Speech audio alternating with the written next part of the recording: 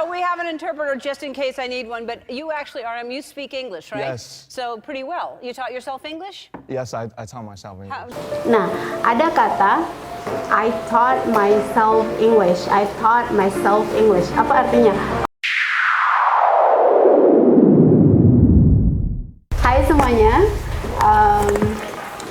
Ada yang tidak kenal BTS di sini? 불타오르네.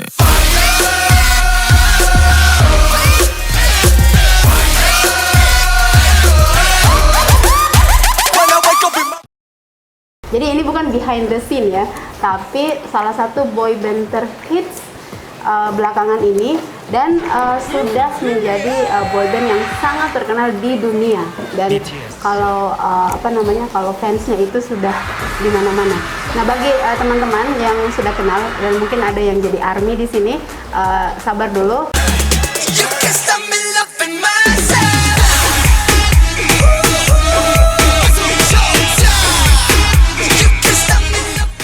Saya jelaskan dulu kenapa hari ini kita akan membahas tentang kenapa kita bahas tentang BTS. Pasti ada hubungannya dengan bahasa juga. Nah, satu kali saya nonton BTS menjadi bintang tamu di salah satu acara TV di Amerika.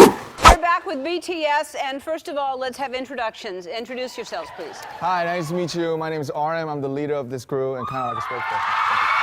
Dan dia menjelaskan tentang bagaimana caranya belajar bahasa Inggris. Nah, kita fokus ke satu personil ya, satu anggota yang juga adalah ketua dari grup boyband ini. Namanya RM atau RM, nama aslinya Kim Namjoon. Lama-lama saya disangka penggemarnya BTS, tapi nggak apa-apa juga ya. Tapi memang mereka adalah menurut saya ya, mereka memang karya-karyanya bagus. Bahkan mereka diundang untuk menjadi pembicara atau menyampaikan hal-hal tentang pesan-pesan yang ingin mereka sampaikan kepada dunia. We've been partnering with UNICEF's End Violence program to protect children and young people all over the world from violence. RM adalah satu-satunya anggota yang bahasa Inggrisnya sangat lancar dibandingkan dengan semua anggota lainnya. Jadi makanya dia yang lebih banyak aktif berbicara ketika menjadi bintang tamu secara internasional. Nah, pertanyaannya adalah bagaimana caranya dia belajar? Bagaimana caranya dia belajar bahasa Inggris? Nah, tapi sebelum itu kita masuk ke tayangan ini dulu. So we have an interpreter just in case I need one, but you actually, RM, you speak English, right? Yes. So pretty well. You taught yourself English? Yes, I taught myself English. Nah, ada kata I taught myself English. I taught myself English. Apa artinya? Kalau cari di kamus pasti artinya saya mengajar diri saya bahasa Inggris. Tapi bukan itu artinya. Artinya adalah saya belajar sendiri. Jadi caranya mengatakan saya belajar sendiri itu kita bilang I taught myself English atau I taught myself dan bahasa apa. Artinya RM ini belajar sendiri, dia mengajari dirinya sendiri bagaimana berbahasa Inggris dengan baik, dengan lancar. Nah, pertanyaannya lagi, bagaimana metodenya? Apa metode yang dia terapkan ketika dia belajar bahasa Inggris? Nah, kita lihat yang berikut ini. How did you teach yourself English? Actually, my English teacher was the sitcom Friends. Oh, you watched legendary. Friends? Yes.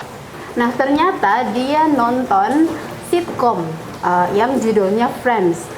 Memang menurut saya sitkom ini sangat baik untuk ditonton karena situasi yang ditunjukkan dalam komedi-komedi ini dalam tayangan-tayangannya itu memang situasi yang sangat natural. Percakapannya pun itu percakapan yang akan sering kita temui sehari-hari. Jadi kalau teman-teman mau mengikuti jejaknya RM, silakan tonton sitkom ini. Masih ada di YouTube potongan-potongan videonya. Nah, bagaimana langkah-langkahnya dia belajar?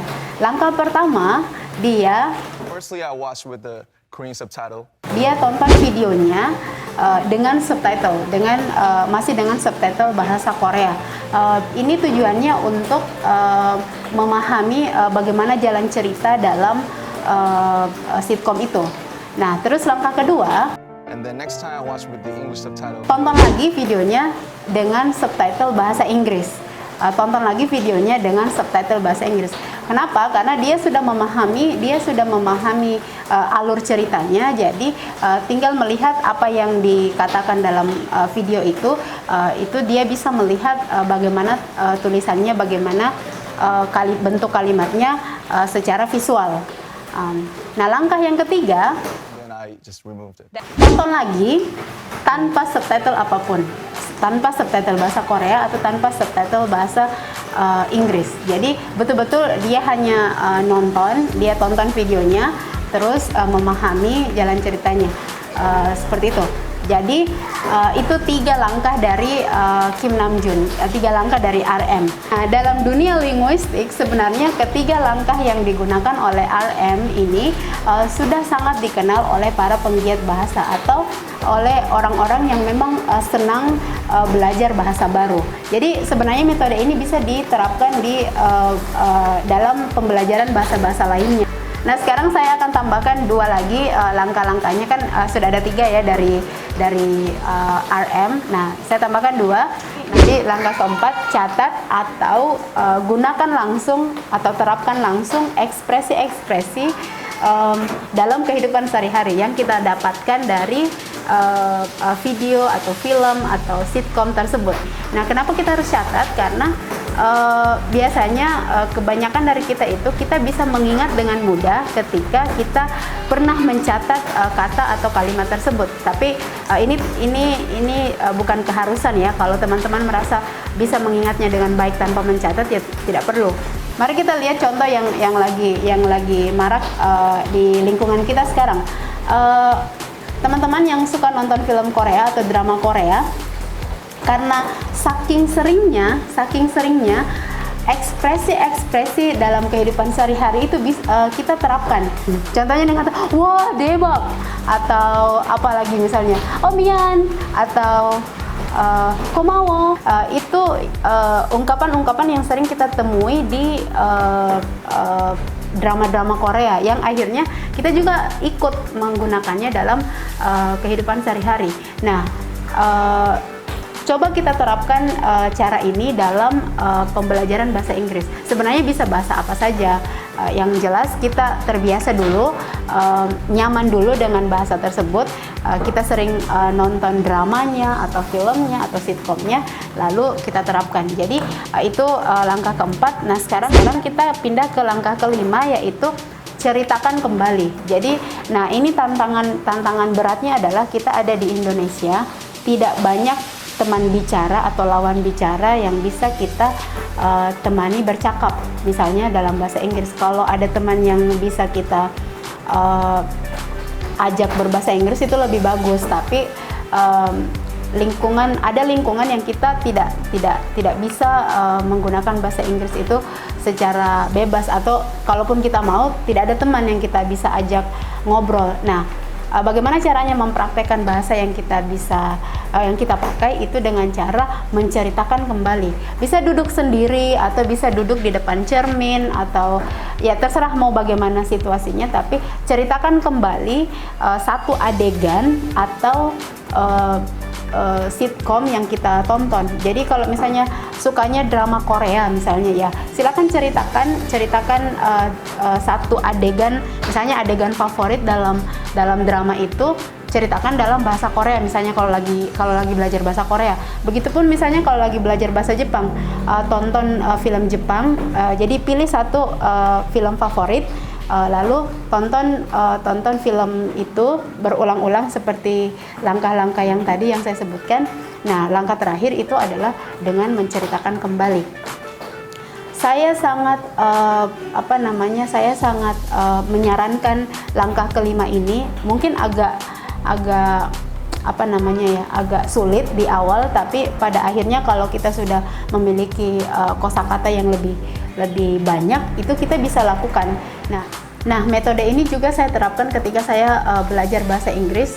Jadi belajar sendiri di rumah, dan langkah terakhir itu memang sangat menantang. 2 film yang saya tonton adalah Avatar: The Last Airbender dan Camp Rock. Jadi 2 ini saya ulang terus-menerus sampai saya ingat kalimatnya, apalagi yang film Avatar, kalau ada yang tahu di sini pasti sudah tidak asing lagi dengan pembuka film itu ya. Nah, pada saat itu yang pertama saya nonton filmnya dengan subtitle bahasa Indonesia. Setelah itu nonton lagi dengan subtitle bahasa Inggris. Setelah itu nonton lagi tanpa subtitle apa-apa. Nah, setelah itu saya catat beberapa adegan-adegan yang saya suka. Oh, saya mau ceritakan ini. Dan beberapa ekspresi-ekspresi yang saya sudah tidak asing lagi ketika nonton film itu, dan saya rasa saya bisa terapkan ini di kehidupan sehari-hari saya. Dan yang kelima, langkahnya adalah saya menceritakan film ini, karena film ini adalah film favorit saya. Jadi saya ceritakan entah itu ke teman yang memang juga sedang belajar bahasa Inggris, atau kadang-kadang di depan cermin bicara sendiri dan menceritakannya. Seperti itu. Jadi silakan teman-teman yang lagi belajar bahasa asing, bahasa apapun itu, saya rasa metode ini sangat baik diterapkan, apalagi bagi teman-teman yang sangat suka nonton drama atau film atau video-video singkat. Saya rasa ini ampuh kita terapkan. Saya rasa itu saja hari ini. Terima kasih. Semoga videonya bermanfaat, dan mari bijak berbahasa.